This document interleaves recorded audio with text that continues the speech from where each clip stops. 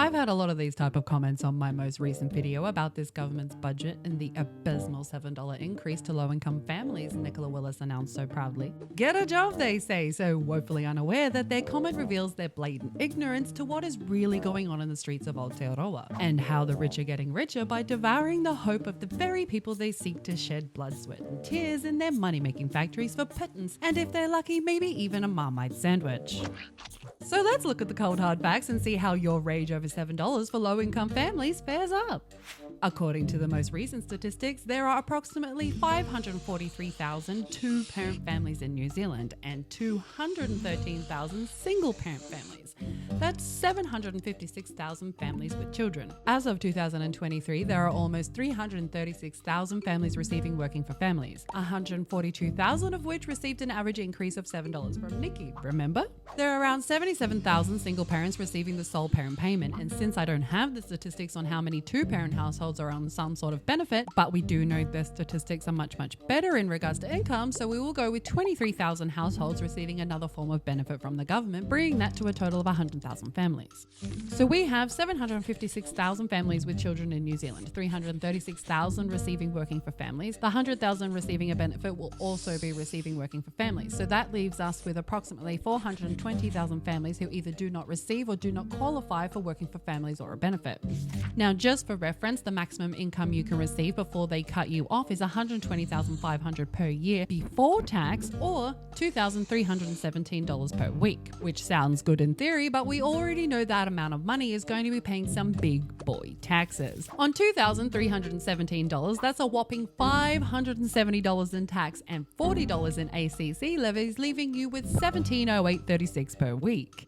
If we slap on KiwiSaver payments at 3%, that's an extra $70 gone, leaving you with $1,638 per week. And if you've got a student loan, forget about it. You're left with only $1,400. And apparently, if you get a second job that pays you an extra $200 per week before tax, you'll be earning less, but you will be paying off your student loan quicker. And from my last video, we already know it costs a two-parent household around $2,000 per week to raise two kids in Auckland. So someone working and receiving what looks like a decent income before tax and everything still cannot afford to raise a family. They can only just survive as a single person with potential savings. Now, how many people do you think actually earn over $120,000 per year before tax? Only 11.4%. So 88.6% of this nation can barely survive as a single person. And working more isn't going to fix the problem, is it? In fact, it might make it worse. Getting an education also isn't going to help, considering the amount in student loans people are paying back, and we don't even pay our educated skilled workers properly. If the statistics weren't proof of that in itself, let's take a look at what the government's careers website says about certain wages in certain careers and what it takes to be employed in that certain career. Let's make some comparisons between some of the industries included in the pay equity claims and some other industries. Like librarians, for example. They typically earn between $49,000 and $79,000 per year. They can earn up to $125,000 per year as a senior librarian or a manager. Although school librarians only earn $25,000 to $30,000 per year. Now, to become a librarian, you would need either an undergraduate library or information management qualification, or an undergraduate degree in any subject and a postgraduate degree in library and information studies. Those are just the entry-level requirements. You would need to have a lot more education under your belt to be getting paid a whole lot more than $49,000 per year. So a school librarian earning only $25,000 a year who had to study for her position earns only a little over $400 per week after tax, ACC, KiwiSaver, and her student loan. Let's not forget it costs a single person $1,250 a week to live in Auckland. And even at the peak of their position, they can still only make enough to survive comfortably alone. Now let's compare that to, let's say, a fishery officer. They typically earn between $61,000 and $100,000 per year. A new fishery officer starts off at $61,000 per year.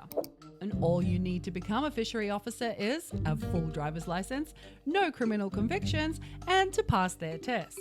So we can already see that an unskilled job pays more than a skilled job.